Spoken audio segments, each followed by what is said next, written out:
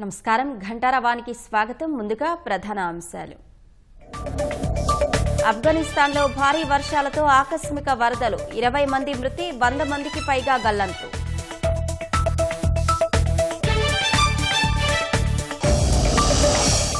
రిజిస్ట్రేషన్ల శాఖలో సంస్కరణల కోసమే ఆర్ఎస్కేలు, ప్రైవేటీకరణ ప్రచారాన్ని తిప్పికొట్టిన కూటమి ప్రభుత్వం.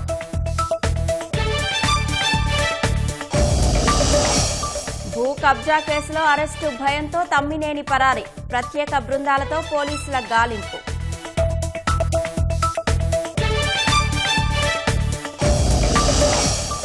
సర్కార్ బడుల్లో మారుతున్న ల్యాబ్ల రూపురేఖలు, కార్పొరేట్ స్కూల్స్ కు తీసిపోని విధంగా అభివృద్ధి.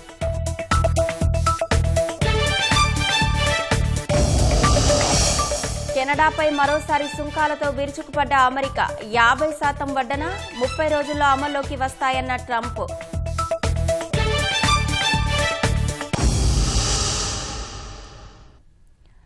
తూర్పు ఆఫ్ఘనిస్తాన్లో భారీ వర్షాల కారణంగా సంభవించిన ఆకస్మిక వరదలు తీవ్ర విషాదాన్ని మిగిల్చాయి. ఈ వరదల్లో 20 మంది ప్రాణాలు కోల్పోయారు. నూరిస్తాన్ ప్రావిన్స్ రాజధాని పరున్ నగర మేయర్ సహా 100 మందికి పైగా గల్లంతయ్యారు. మరో 80 మందికి పైగా తీవ్రంగా గాయపడ్డారు. వరద ఉధృతికి పరున్ నగరంలోని ఇళ్లు, దుకాణాలు, మున్సిపల్ భవనాలు పూర్తిగా ధ్వంసమయ్యాయి. సరైన పరికరాలు లేకపోవడంతో స్థానికులు శిథిలాల మధ్యే గాలింపు చర్యలు చేపట్టారు. అటవీ నిర్మూలన కారణంగా ఈ ప్రాంతంలో వరద తీవ్రత మరింత పెరిగిందని నివేదికలు చెబుతున్నాయి.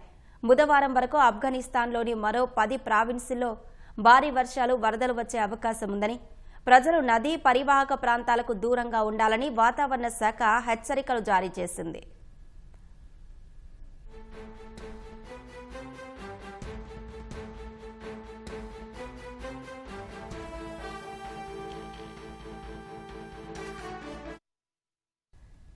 సిక్కింలోని నామ్చి జిల్లా తీస్తా స్టేజ్ 6 జల విద్యుత్ ప్రాజెక్టు నిర్మాణంలో ఉన్న టన్నెల్లో చిక్కుకున్న కార్మికులను సురక్షితంగా బయటకు తీసుకురావడానికి సహాయక చర్యలు ముమ్మరంగా కొనసాగుతున్నాయి.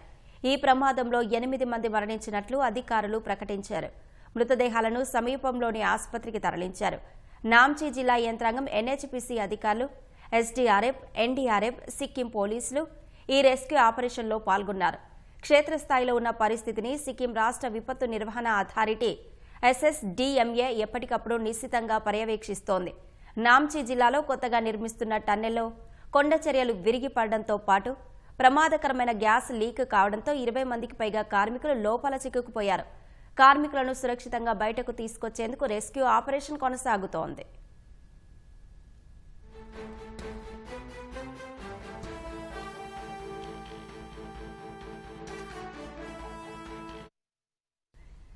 రిజిస్ట్రేషన్ల శాఖలో విప్లవాత్మక మార్పులు తెస్తూ పారదర్శక సేవలే లక్ష్యంగా కూటమి ప్రభుత్వం సరికొత్త సంస్కరణలకు శ్రీకారం చుట్టింది.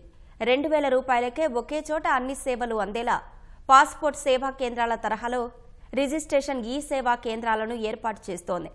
ఇది ప్రైవేటీకరించడం కాదని, రిజిస్ట్రేషన్ సేవలన్నీ ఒకే కేంద్రంలో సమగ్రంగా అందించడమే దీని ముఖ్య ఉద్దేశమని పేర్కొంది.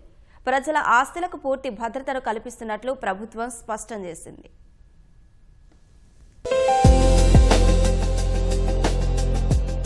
ప్రజలకు ప్రభుత్వ సేవల్ని మరింత సౌకర్యవంతంగా, పారదర్శకంగా, సమయపాలనతో కూడిన ఆధునిక సాంకేతికతతో అందించేందుకే పాస్పోర్ట్ సేవా కేంద్రాల తరహాలో 26 జిల్లాల్లో రిజిస్ట్రేషన్ సేవా కేంద్రాలను ఏర్పాటు చేస్తున్నట్లు ప్రభుత్వం ప్రకటించింది. ఇది రిజిస్ట్రేషన్ వ్యవస్థను ప్రైవేటీకరించడం కాదని స్పష్టం చేసింది. రిజిస్ట్రేషన్ సేవలన్నీ ఒకే కేంద్రంలో సమగ్రంగా అందించడమే దీని ముఖ్య ఉద్దేశమని పేర్కొంది. ఆర్ఎస్కేల ఏర్పాటు ఉద్దేశాలను రిజిస్ట్రేషన్, స్టాంపుల శాఖ కమిషనర్ ఐజీ బిఆర్ అంబేద్కర్ ఓ ప్రకటనలో వివరించారు. ఏటా లక్షల మంది భూములు, గృహాలు, తనఖాలు, దానాలు, విభజనలు, వారసత్వాలు, ఇతర స్థిరాస్తి లావాదేవీలకు రిజిస్ట్రేషన్ కార్యాలయాలకు వస్తున్నారు. పెరిగిన కార్యకలాపాలకు తగ్గట్లుగా రిజిస్ట్రేషన్ సేవల్ని అందించేందుకు ప్రభుత్వం వీటిని ఏర్పాటు చేస్తోందని తెలిపారు. దేశవ్యాప్తంగా పాస్పోర్టు సేవా కేంద్రాల్లో దరఖాస్తుల స్వీకరణ, పత్రాల ప్రాథమిక పరిశీలన, అపాయింట్మెంట్ ఖరారు, టోకెన్ జారీ, డిజిటల్ సహాయం, పౌరులకు మార్గదర్శకత్వం తదితర ఫ్రంట్ ఆఫీసు సేవలన్నీ ప్రత్యేకంగా నిర్వహిస్తున్న పత్రాల తుది పరిశీలన, చట్టబద్ధ నిర్ణయాలు, పాస్పోర్టు జారీ అధికారాలు ప్రభుత్వ అధికారుల వద్దే ఉంటాయి. ఇదే తరహాలో రిజిస్ట్రేషన్ సేవా కేంద్రాల్లోనూ ఫ్రంట్ ఆఫీసు సేవలు మాత్రమే నిర్వహిస్తారు. రిజిస్ట్రేషన్కు సంబంధించిన చట్టబద్ధ అధికారాలు, బాధ్యతలన్నీ అధికారుల వద్దే కొనసాగుతాయి. సిటిజన్ ఫెసిలిటేషన్, ఫ్రంట్ ఆఫీసు సేవలను మాత్రమే ఒప్పందం ద్వారా ఒక సేవా సంస్థ నిర్వహిస్తుంది. ఇది పాస్పోర్ట్, ఆధార్, ఇతర పౌర సేవల కేంద్రాల్లో విజయవంతంగా అమలవుతున్న విధానమేనని ప్రభుత్వం పేర్కొంది. పీపీపీ విధానమంటే ప్రభుత్వ సేవల్ని ప్రైవేటు సంస్థలకు అప్పగించడం, రిజిస్ట్రేషన్ అధికారాలను ప్రైవేటీకరించడం కాదు. ప్రభుత్వం తన అధికారాలు, నియంత్రణ, పర్యవేక్షణ బాధ్యతల్ని తన వద్దే ఉంచుకుంటుందని తెలిపింది. పీపీపీ భాగస్వామి ప్రజలకు మార్గదర్శకత్వం, public data entry, online slot booking, digital చెల్లింపుల్లో సహాయం, హెల్ప్ డెస్క్లు, క్యూ మేనేజ్మెంట్, వెయిటింగ్ హాళ్ల నిర్వహణ, సమాచారం ఇవ్వడం తదితర ఫ్రంట్ ఆఫీసు సేవలను మాత్రమే నిర్వహిస్తుంది. పత్రాల చట్టబద్ధతను పరిశీలించడం, పార్టీలను గుర్తించడం, అడ్మిషన్ ఆఫ్ ఎగ్జిక్యూషన్, రిజిస్ట్రేషన్ ను ఆమోదించడం, డిజిటల్ సంతకాల నమోదు, ఎండార్స్మెంట్, రిజిస్టర్డ్ పత్రాల జారీ, ఎన్కంబర్స్మెంట్ రికార్డుల నిర్వహణ సహా చట్టప్రకారం చేయాల్సిన పనులని సబ్ రిజిస్ట్రార్, రిజిస్ట్రేషన్ శాఖ అధికారులే నిర్వహిస్తారు. ఆర్ఎస్కేల్లో ఉపయోగించే వివిధ రకాల సేవలు రిజిస్ట్రేషన్ శాఖ పర్యవేక్షణలోనే ఉంటాయని, ప్రైవేటు భాగస్వామికి వీటిపై నియంత్రణ ఉండదని అధికారులు తెలిపారు. మహారాష్ట్రలో ఇలాంటి విధానం అమల్లో ఉందని పేర్కొన్నారు. అక్కడ ఛార్జీలుగా 5,200 వరకు వసూలు చేస్తున్నారు. ఏపీలో ఆర్ఎస్కేలో ఫెసిలిటేషన్ ఛార్జీ గరిష్టంగా 2,000 వరకు ఉంటుందని వెల్లడించారు. ప్రస్తుతం కక్షిదారులు రిజిస్ట్రేషన్ కు ముందు పేపర్ వర్క్ కోసం డాక్యుమెంట్ రైటర్లు ప్రైవేటు వ్యక్తులకు 5,000 నుంచి 10,000 వరకు చెల్లిస్తున్నారు. దీన్ని వ్యవస్థీకృతం చేస్తూ ప్రభుత్వ నియంత్రణలోనే నిర్వహించడం ద్వారా దళారుల పాత్ర ఉండదని స్పష్టం చేశారు. శ్రీకాకుళంలో సంచలనం రేపిన 4 కోట్ల విలువైన భూ కబ్జా కుట్ర కేసులో నిందితులుగా ఉన్న వైసీపీ నేత మాజీ స్పీకర్ తమ్మినేని సీతారాం కుటుంబం పరారైంది. భార్య, కుమారుడితో కలిసి సీతారాం తప్పించుకుపోయారు. భూ కబ్జా కుట్రలో తమ్మినేని సీతారాం కుటుంబం పాత్రను పోలీసులు ఆదివారం బట్టబయలు చేయగా, సోమవారం తెల్లవారుజామునే నిందితులు ఇల్లు ఖాళీ చేసి పరారయ్యారు.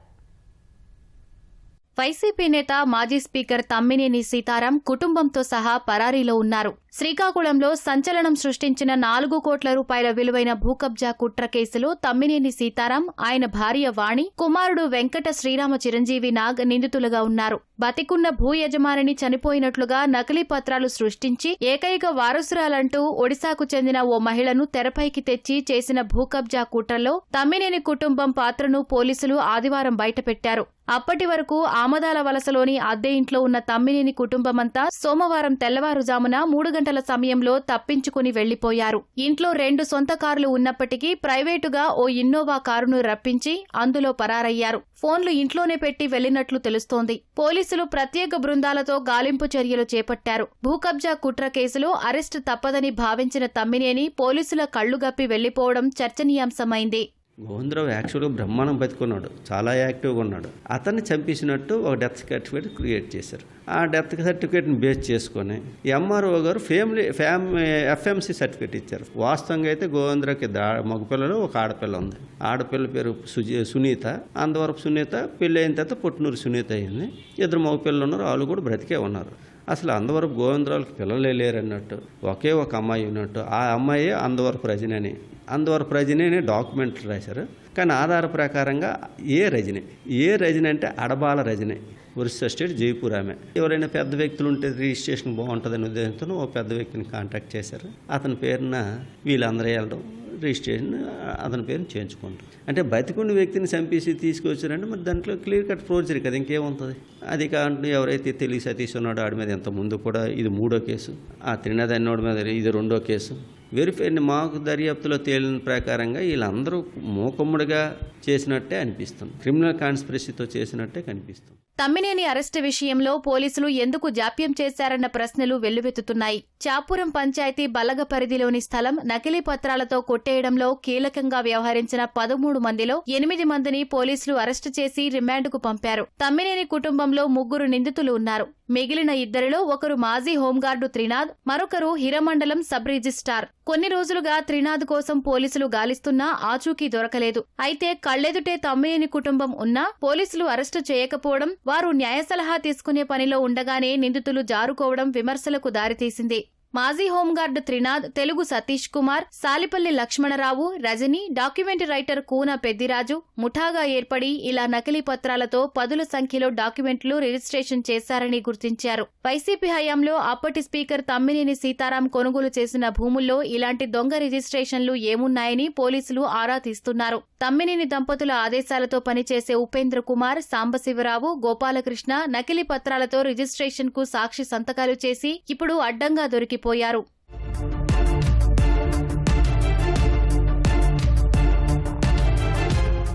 తమ్మినేని సీతారాంపై అనేక కబ్జా ఆరోపణలు ఉన్నాయి. ఆమదాల వలస టీఎస్ఆర్ కళాశాలకు ఆనుకుని ఉన్న 8 సెంట్ల స్థలాన్ని తమ్మినేని కుటుంబం ఆక్రమిస్తోందని గత నెలలో వృద్ధ దంపతులు సీఎంఓ, ఎస్పీ నిర్వహించిన ప్రజా పరిష్కార వేదికలో ఫిర్యాదు చేశారు. దీంతో డీఆర్ఓ విశ్వేశ్వరరావు, ఆమదాల వలస తహసీల్దారు, సర్వే అధికారులు వెళ్లి స్థలాన్ని బాధితులకు అప్పగించారు. స్పీకర్గా ఉన్న సమయంలో టెక్కలి మండలం చింతామణి గ్రామంలో 324 సర్వే నెంబర్లోని 23 ఎకరాల భూమిని గ్రామస్తుల నుంచి తన కుమారుడి పేరుతో బలవంతంగా రాయించుకున్నారని ఆరోపణలున్నాయి. తమ్మినేని కుటుంబానికి అత్యంత సన్నిహితుడైన ఆమదాల వలసకు చెందిన ఓ వ్యక్తి మరణించగా ఆయన కుమారుల మధ్య తగాదాలు తలెత్తాయి. వారి ఇల్లును తమ్మినేని భార్య వాణి స్వాధీనం చేసుకున్నారని సమాచారం. ఆమదాల వలసకు చెందిన ఓ పోలీసు కానిస్టేబుల్ అనారోగ్య కారణాలతో చనిపోయారు. డబ్బులు బాకీ ఉన్నాడంటూ బెదిరించి కానిస్టేబుల్ భార్య నుంచి రైల్వే స్టేషన్ సమీపంలోని ఇల్లు లాక్కున్నారన్న ఆరోపణలున్నాయి. కేంద్ర ప్రభుత్వ అప్పు 201 లక్షల కోట్ల రూపాయలకు చేరింది. 2025-26 ఆర్థిక ఏడాది నాటికి 201.17 లక్షల కోట్లకు చేరినట్లు కేంద్ర ఆర్థిక శాఖ సహాయ మంత్రి పంకజ్ చౌదరి వెల్లడించారు. లోక్సభలో ఎస్పీ సభ్యుడు ధర్మేంద్ర యాదవ్ అడిగిన ప్రశ్నకు పంకజ్ సమాధానమిచ్చారు. 2014-15 ఆర్థిక ఏడాదిలో 64.11 లక్షల కోట్ల మేర ఉన్న రుణభారం 12 ఏళ్లలో 137.06 లక్షల కోట్ల మేర పెరిగింది. అంటే పుష్కర కాలంలో దాదాపు 214% రుణభారం పెరిగింది. ఏటా 10.95% మేర వృద్ధి చెందింది. గత 10 ఏళ్లలో నికరంగా చేసిన అప్పులు 125.99 లక్షల కోట్ల మేర ఉన్నాయి. ఇందులో 60.21 లక్షల కోట్లు మూలధన వ్యయం కోసం ఖర్చు చేసింది. ఇదే సమయంలో కేంద్రం 30.94 లక్షల కోట్ల మేర అప్పు తిరుగు చెల్లించింది. అప్పులపై ఏటా పడుతోన్న సగటు వడ్డీ భారంతో పోలిస్తే వార్షిక నామినల్ జీడీపీ వృద్ధి రేటు అధికంగానే ఉన్నందున ప్రభుత్వ అప్పులు ఆర్థిక సుస్థిరత్వానికి అనుగుణంగానే ఉన్నట్లు పరిగణించాల్సి ఉంటుందని కేంద్ర మంత్రి పంకజ్ తెలిపారు. నికరంగా అప్పులు పెరిగినట్లు కనిపించినా జీడీపీలో రుణ నిష్పత్తి తగ్గుతూ వస్తోందని వెల్లడించారు. కాక్రోచ్ జనతా పార్టీ సీజేపీ డిమాండ్లకు కేంద్రం హామీ ఇవ్వలేదని తెలుస్తోంది. నిన్న ఢిల్లీలో నీట్ పేపర్ లీకేజీకి వ్యతిరేకంగా సోనం వాంగ్చుక్ ఆమరణ నిరాహార దీక్షకు మద్దతుగా జరిగిన నిరసనలు ఉద్రిక్తతకు దారితీస్తాయి. ఈ నేపథ్యంలో కేంద్ర మంత్రి జేపీ నడ్డాతో సీజేపీ ప్రతినిధులు 2 సార్లు భేటీ అయ్యారు. తొలుత ఉదయం 11 గంటలకు, తర్వాత సాయంత్రం 4 గంటలకు మరోసారి భేటీ అయ్యారు. అయితే ఈ సమావేశాల్లో సీజేపీ చేసిన ఏ ఒక్క డిమాండ్పై కూడా కేంద్రం స్పష్టమైన హామీ ఇవ్వలేదని కేంద్ర మంత్రి నడ్డా తెలిపారు. సరైన వేదికపై చర్చించి నిర్ణయం తీసుకుంటామని చెప్పారు. ప్రస్తుతం జరుగుతున్న నిరసనలను విరమించుకుని శాంతి భద్రతల పునరుద్ధరణకు పరిపాలనా యంత్రాంగానికి సహకరించాలని కేంద్ర మంత్రి నడ్డా కోరారు. అటు సీజేపీ ప్రతినిధులు మాత్రం తమ డిమాండ్లపై కేంద్ర మంత్రి సానుకూలంగా స్పందించారని పేర్కొన్నారు. 3 అమెరికా సైనికుల మరణానికి ప్రతీకారంగా ఇరాన్పై అమెరికా తన దాడులను మరింత తీవ్రతరం చేసింది. వరుసగా 10వ రోజు కూడా ఇరాన్లోని పలు కీలక స్థావరాలపై అమెరికా వైమానిక దాడులు నిర్వహించింది. ఇరాన్ మిలిటరీ కమాండ్ సెంటర్లు, క్షిపణి, డ్రోన్ ప్రయోగ కేంద్రాలు, ఎయిర్ డిఫెన్స్ వ్యవస్థలు లక్ష్యంగా ఈ దాడులు జరిగాయని యుఎస్ సెంట్రల్ కమాండ్ వెల్లడించింది. మరోవైపు ఇరాన్ కూడా ఈ దాడులను తీవ్రంగా ప్రతిఘటిస్తోంది. అమెరికా మిత్ర దేశాలైన జోర్డాన్, కువైట్, బహ్రెయిన్ల వైపు ఇరాన్ క్షిపణులను ప్రయోగించింది. హర్ముజ్ జలసంధి గుండా వెళ్తున్న చమురు నౌకలపైన దాడులకు పాల్పడుతోంది. ఈ పరిణామాలతో మధ్యప్రాచ్యంలో ఉద్రిక్తతలు తీవ్రమయ్యాయి. హర్ముజ్ జలసంధి మూసివేతతో ఇప్పటికే తీవ్ర ఇబ్బందులు ఎదుర్కొంటున్న ప్రపంచ దేశాల నెత్తిన మరో పిడుగు పడింది. ఎర్ర సముద్రానికి గేట్వే వంటి బాబ్ ఎల్ మాండెబ్ జలసంధిని మూసివేసినట్లు యెమెన్లోని హౌతీ తిరుగుబాటుదారులు ప్రకటించారు. సౌదీ అరేబియాకు నౌకల రాకపోకలను అడ్డుకునే లక్ష్యంతో ఈ నిర్ణయం తీసుకున్నట్లు వెల్లడించారు. ఈ నిర్ణయం తక్షణమే అమల్లోకి తెచ్చినట్లు తెలిపారు. తమ దేశంపై సౌదీ అరేబియా విధించిన దిగ్బంధం, ఇటీవల సనా అంతర్జాతీయ విమానాశ్రయంపై దాడికి నిరసనగా ఈ నిర్ణయం తీసుకున్నట్లు హౌతీ రెబల్స్ చెప్పారు. ఏటా దాదాపు 12% అంతర్జాతీయ వాణిజ్యం బాబ్ ఎల్ మాండెబ్ ద్వారా సాగుతోంది.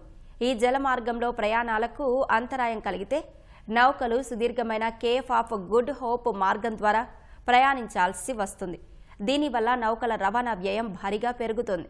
అప్పుడు అంతర్జాతీయంగా చమురు ధరలు మరింత పెరిగే ప్రమాదం ఉంది.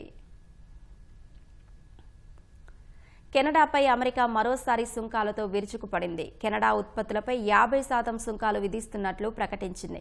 ఈ టారిఫ్లు 30 రోజుల్లో అమల్లోకి వస్తాయని వెల్లడించింది. వైన్, హాకీ స్టిక్స్ వంటి సిమెంట్ వరకు అనేక ఉత్పత్తులపై టారిఫ్లు ప్రభావం చూపనున్నాయి. ఇంధన ఉత్పత్తులు, పొటాష్, చేపలు, కీలక ఖనిజాలకు కొత్త టారిఫ్ల నుంచి మినహాయింపు ఇచ్చారు.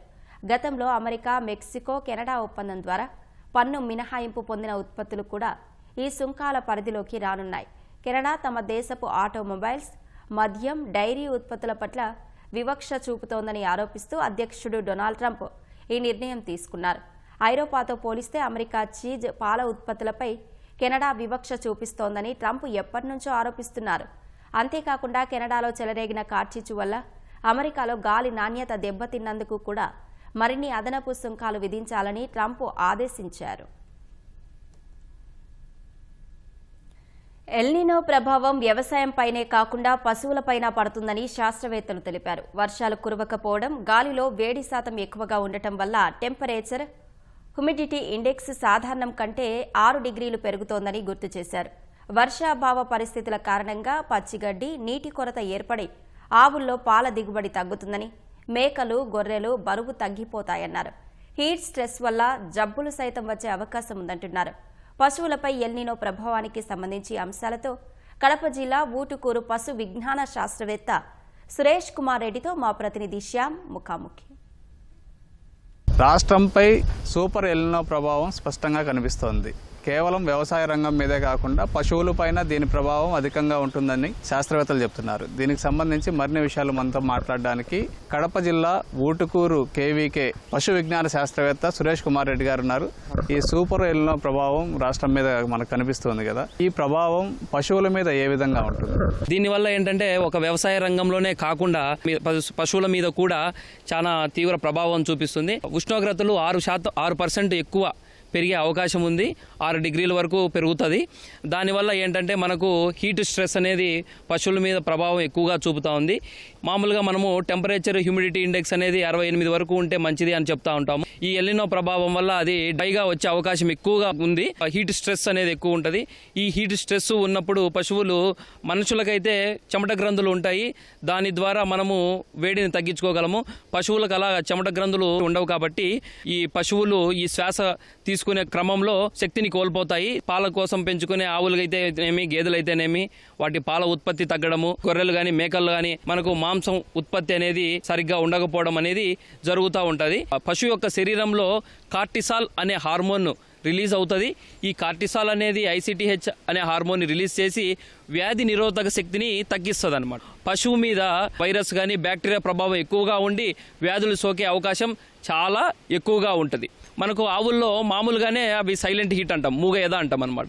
ఇలా వేడి ఎక్కువైనప్పుడు ఎద మనం గుర్తించలేము. ఒకవేళ మనం ఎద గుర్తించి మనం సూదేసి కట్టినప్పుడు కూడా మనకు పిండం అనేది సజీవంగా ఉండే ఛాన్సెస్ తక్కువ ఉంటాయి అన్నమాట. పశుగ్రాసం కొరత తక్కువ ఉంటుంది, వర్షాలు కూడా పడడం లేదు కాబట్టి నీళ్లు కూడా దొరకవు. దీన్ని ఎట్లా అధిగమించాలి? పశుగ్రాసాలు మనము నిల్వ చేసుకోవాల్సి ఉంటుంది అనమాట. ఇవి 2 పద్ధతుల్లో చేసుకోవచ్చు. ఒకటి సైలేజ్ అంటాము, పాతర గడ్డి అంటాము. ఇది మనం పాతర చేసుకొని గడ్డిని నిల్వ చేసుకోవచ్చు. తర్వాత హే అని చెప్తాము, హేలేజ్ కానీ ఇలా ఇవి చేసుకోవచ్చు అనమాట.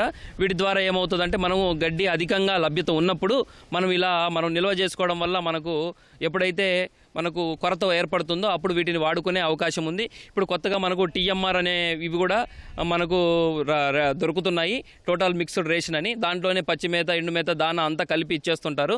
వీటిని కూడా మనం పశువులకు మనం వాడుకోవచ్చు అన్నమాట. ఇలా మనం అతికిపించవచ్చు. నీరు కూడా ఖచ్చితంగా కావాలి. మామూలుగా అయితే మనం పశువుకి 40 నుంచి 60 లీటర్లు వరకు అవసరం అవుతూ ఉంటుంది. ఇలాంటి ఎక్కువ ఎల్లినో ఉన్నప్పుడు ఇంకా మనం నీరు కూడా ఎక్కువ ఇవ్వాల్సి ఉంటుంది అన్నమాట.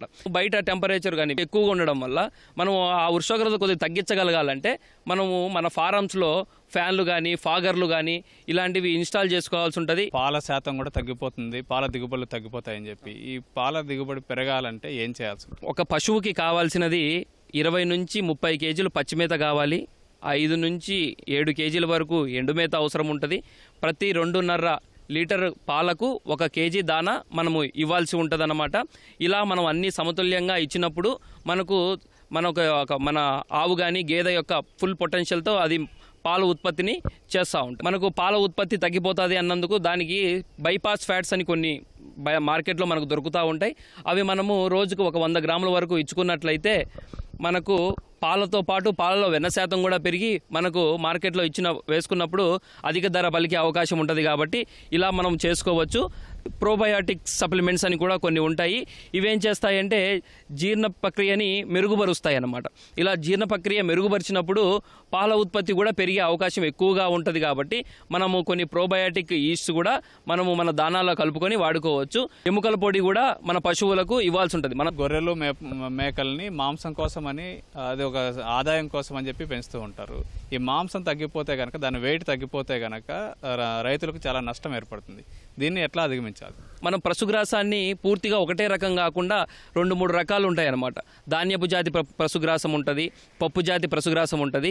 2 కలిపి మనం ఇచ్చినట్లయితే మనకు తక్కువ ఖర్చులో ఎక్కువ మనకు జీవానికి కావాల్సిన పోషకాలన్నీ అంది బరువు పెరిగే అవకాశం ఉంటుంది. ఒక 250 గ్రాముల వరకు దానా ఇచ్చినట్లయితే మనకు దానికి అన్ని సమంగా పోషకాలు అందే అవకాశం ఉంటుంది, బరువు కూడా పెరిగే అవకాశం ఉంటుంది. ఈ ఎల్నో ప్రభావం, ఈ వేడి ఎక్కువ ఉంది, గాలి కూడా ఎక్కువ ఉంది, వాతావరణ నేపథ్యంలో ఈ పశువులకు ఎట్లాంటి జబ్బులు వచ్చే అవకాశం ఉంది? చిటుక వ్యాధికి టీకాలు ప్రభుత్వం ద్వారా ఇచ్చి వేపిస్తూ ఉంటారన్నమాట. ఇప్పుడు ఇంకా మనకు తొలకరలు రాలేదు కాబట్టి మనం ఈ టీకాను వేసుకున్నట్లయితే చిటుక రోగం అంటాము, అది ఒకటి మనం వేసుకోవాల్సి ఉంటుంది.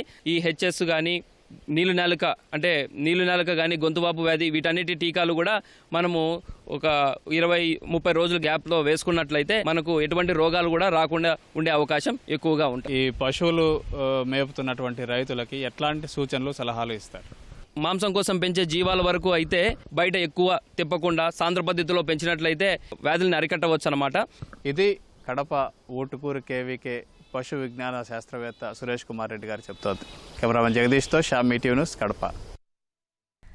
ప్రభుత్వ బడుల్లో సైన్స్ ల్యాబ్లు అంటే తుప్పు పట్టిన స్టాండ్లు, దుమ్ము పట్టిన బీకర్లు, పీపెట్లు, రసాయనాలు లేని సీసాలు. ఒకప్పుడు ఇవే గుర్తొచ్చేవి. దీంతో పుస్తకాల్లో చదివిన ప్రయోగాలను విద్యార్థుల్లో ఊహల్లోనే చూసుకోవాల్సి వచ్చేది. కానీ ఇప్పుడు సీన్ మారింది. సర్కారు స్కూళ్లను కూటమి ప్రభుత్వం అంతర్జాతీయ ప్రమాణాలకు అనుగుణంగా తీర్చిదిద్దుతోంది. శాస్త్ర సాంకేతిక రంగాల్లో విద్యార్థులను మేటిగా నిలిపేందుకు ల్యాబ్ల రూపురేఖలు మార్చేసింది. ఫలితంగా విద్యార్థుల్లో పరిశోధనాత్మక ఆలోచనలు పదునెక్కుతున్నాయి.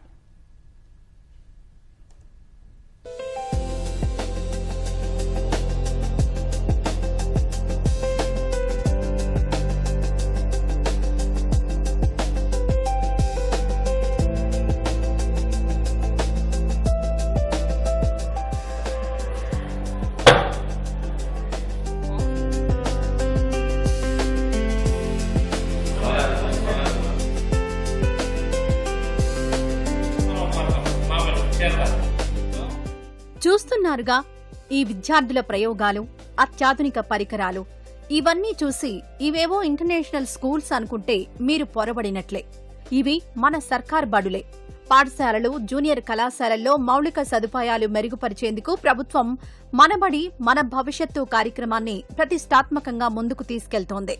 దీనికోసం ప్రత్యేకంగా ఏపీ స్కూల్ ఇన్ఫ్రాస్ట్రక్చర్ డెవలప్మెంట్ సొసైటీని ఏర్పాటు చేశారు.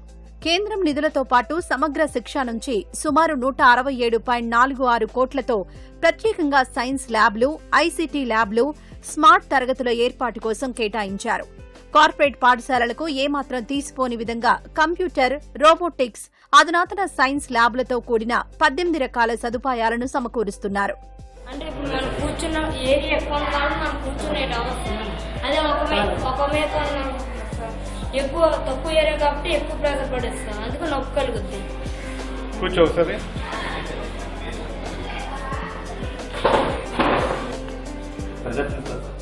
పీఎం శ్రీ ఏపీ మోడల్ స్కూల్లో ఈ ప్రయోగశాలలు నెక్స్ట్ లెవెల్లో ఉన్నాయి. ఈ ల్యాబ్ల ద్వారా శిక్షణ పొందిన విద్యార్థులు ఎన్నో ఆవిష్కరణలకు శ్రీకారం చుడుతున్నారు. ఇవి తమ చదువుకు చాలా ఉపయోగపడుతున్నాయని విద్యార్థులు సంతోషం వ్యక్తం చేస్తున్నారు.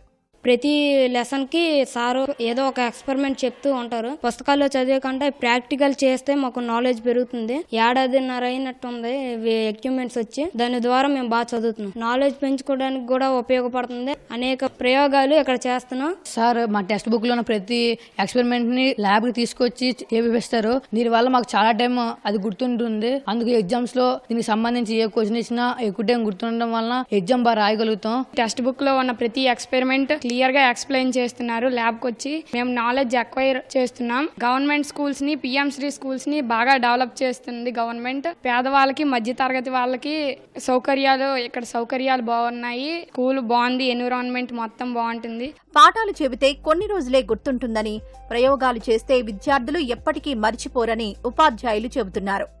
అంటే ఎక్స్పెరిమెంట్ లేకుండా పాఠం చెప్పినట్లయితే పిల్లలకి ఎవరికి ఏం అర్థం కాదు సార్. అయితే మేము అన్నీ కూడా సైన్స్లో ఉండే లెసన్స్ అన్నీ కూడా త్రూ ఎక్స్పెరిమెంట్స్ చేస్తూ పిల్లలతో చేస్తూ చెప్పడం జరుగుతుంది సార్. అలా చేయడానికి కారణం ఏంటంటే మా స్కూల్ పీఎం శ్రీ స్కూల్ అవటం, మాకు ల్యాబ్స్ అనేవి రావటం, ల్యాబ్ ఎక్విప్మెంట్ అనేది ఫుల్గా ఇవ్వటం. ఆ కారణంగా ప్రతి పిల్లడి చేత కూడా ఈ ఎక్స్పెరిమెంట్స్ అనేవి చక్కగా చేయించగలుగుతున్నాం. ప్రయోగాల ద్వారా పాఠాలు చెప్పడం ద్వారా పిల్లలు చక్కగా నేర్చుకొని వాళ్ళు ఓన్గా రాయగలుగుతున్నారు సార్. అదే దీంతో వీళ్ళందరూ కూడా సైన్స్ ఫెయిర్లోని, ఇన్స్పైర్లోని వెళ్ళి చక్కటి బహుమతి కూడా గెలుచుకుంటున్నారు సార్ వీళ్ళు.